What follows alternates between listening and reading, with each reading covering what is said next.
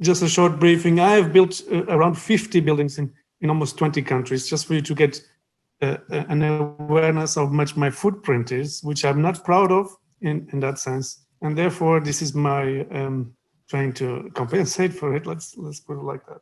So just some first ideas or first takeaways. 95% of our lives we spent it inside of buildings. Yeah, I think that's pretty telling how much importance it is, how much it influences in our daily life. And also, probably you agree that the more buildings you own in the city, the more possibilities you have to have dinner with the mayor. Even if it's the mayor of Warsaw, I don't know if he has dinners with the developers. The financialization of the real estate market, which has grown super strongly the last 30 years, it has created two financial crises in the 80s and latest in 2007. Over 10% of our buildings in average, these are very difficult numbers to get. And China recently, 2 years ago, is 24% are actually empty. Third homes, we don't really need new homes. Construction industry emits almost half of all the CO2 emissions into the atmosphere. This is also tough numbers to get, disputable. We build for a cycle of 30 to 50 years of a building, single purpose. And while the purpose of the building is normally 10 to 15 years, like if office building, then it's going to be changed, probably it's going to be demolished. So very inflexible. Also cement, which we've been using, decays after more or less 30 years, which is maybe coincidentally around the mortgage time that we pay, and so on. I mean, there's so many of these points, but I would like to give an architect and civil engineer, having had done so much in this industry, I would like to get a short overview because I think this is very important for people to understand. If you want to build a little house like that one there on the corner, how does it actually work? So let's simplify it. We have here the citizens, and then there are the local citizens, which are part of it. Some are regional citizens, and some of these people will also be users of that new building. Well, then we have decision makers, let's call them politicians, for example, or developers, which are the guys with the capital to invest. And then we have facilitators, people also like me, architects or engineers. Sometimes they are also users. Regional citizens, they vote for the politicians.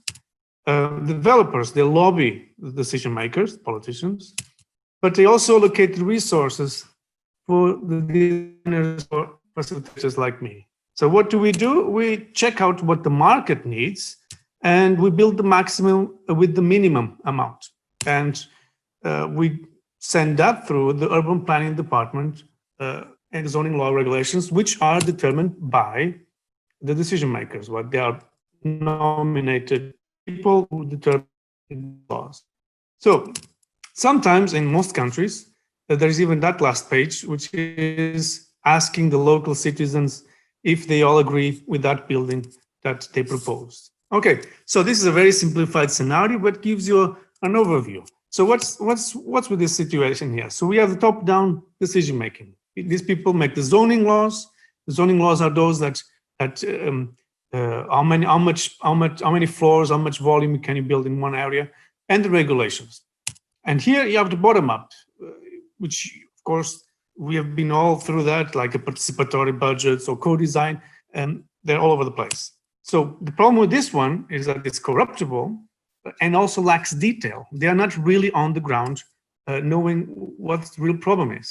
And the problem with this one is that it's expensive to make all this participatory stuff, and it lacks oversight. It's a bit of a left and right brain approach. The scales are different. And this is the problem that we are faced of, the allocation of resources, which is not under direct public scrutiny.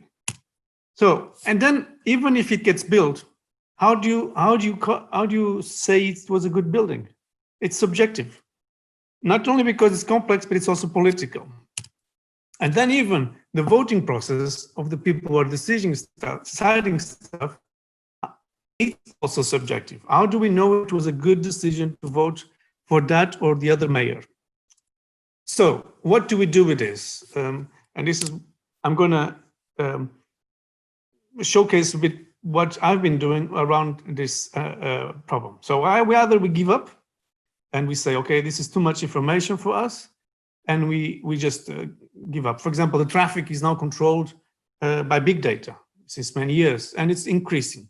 And this is being called automated democracy. Or we try to find new tools, and new tools that we are like have limited abilities in our brain. It's not going to change so much, at least not until we get those chips in our brains. And we try to find the new tools to deal with complexity, with the growing complexity of our cities. So this is where my work has been coming in, which we have been calling it architectural democracy, and mapping the relationships between architecture and democracy.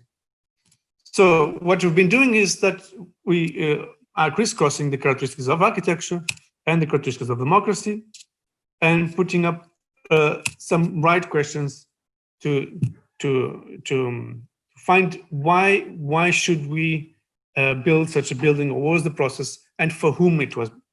So, for example, here it's a classical and a very oversimplified way, but it gives us a framework to let's put it, to contextualize why should I make, or why should I build such a building. So let's take an example of something that we did in the last 2 years. For example, what recycling renovation strategies and materials promotes participation. And this is an example that we've been doing here in Finland. School closure. They are closing a lot of schools, and this is one of them. And as you probably know, there's always aim to build new instead of renovate. There are many reasons for that. In this case, is they say it's because of mold, which is a classical thing in Finland. Mold problems, air quality problems, but of course it's budget problems. So they want to centralize schools, and they just had, of course, an old school. This school is 115 years old, has mold problems. It's too difficult to renovate.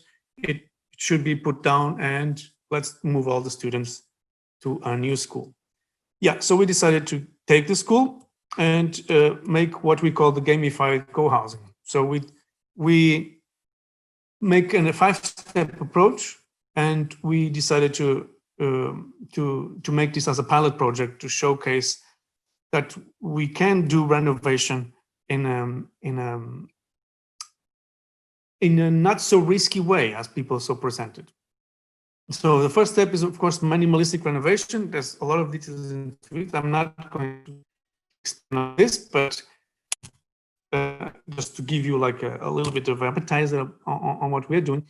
And the second part, of course, is this internal economy, that you have to have a flexibility to locally be resilient to not big changes. And this is a good example of Corona times. And that's why I've been having so much attention. Like an internal economy, internal decision-making is so fundamental to have a certain resilience to adapt to these external changes. The third one is of the classic modular design, like ability to spaces and the needs of the space and the needs of that economy over years.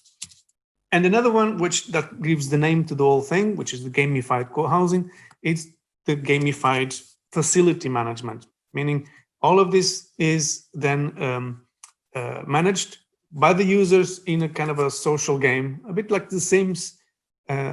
Depending on the age group of the listeners, you will understand what I mean. Basically, the tasks are managed internally, and there are points. There's an internal economy, and everything is either externalized, or you can do tasks. For example, if I can clean the windows today, but I don't have to. It automatically hires a company. And the last point is then this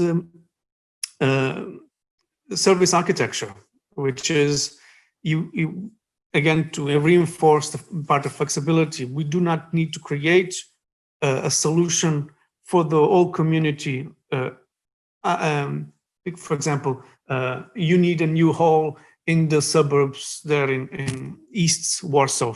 You need a sports hall because you have a school there. So the school will create a sports hall, but maybe it's crowded.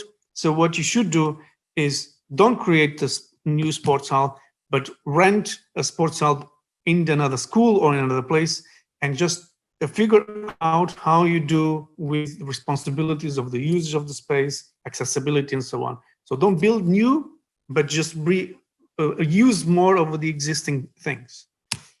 Yeah. So in short, and I'm a bit ahead of my time, I prefer to discuss, which I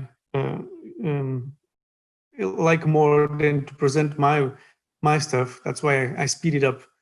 In short, if you don't build anything, there will be a collapse of the economy, because the biggest how do you call it? The absorbers of the surplus of capitalism, meaning the things who are consuming the most today are cities. Used to be the new world, in the colonial times. There's a new world, yet capitalism would feed those places, would need its new markets.